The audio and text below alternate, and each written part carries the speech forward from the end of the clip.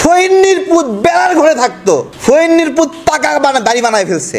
এখন যেই ফইন্নির পুত বেড়ার ঘরে থাকে পাকা বাড়ি বানায় ফেলছে, ওই ফইন্নির পুত জীবনেও বলবে নির্বাচন চাই? বলেন, ও তো নির্বাচন চাইবে না। জুলাই সনদ হচ্ছে না এদের গোয়ার তুমির কারণে, যে ওরা আসলে জুলাই সনদ চায় না। জুলাই সনদে নাকি ওরা স্বাক্ষর করবে না। এখন জুলাই সনদে কে কে স্বাক্ষর করবে বলেন? জুলাই সনদে কে কে স্বাক্ষর করবে? ওরা স্বাক্ষর করা না করার কে বলেন?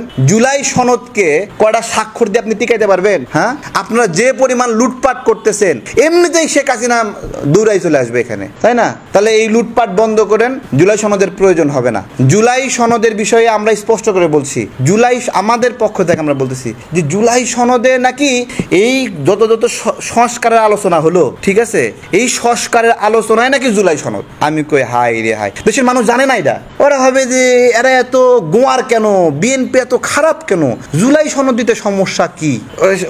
মানুষের মাঝে এই কনসেপ্ট ঢুকাই দিচ্ছে যে জুলাই সনদ দিচ্ছে না কেন, জুলাই সমস্যা কি? এখন জুলাই সনদে ওরা নিজেদেরকে বাপ হিসেবে উপস্থাপন করতে চায়। এখন জুলাই গণ অভ্যুত্থানে কারা আসলে সত্যিকারের বাপ, তারা ওরা জানে। সত্যিকারের বাপরা তো কবরে গেছে।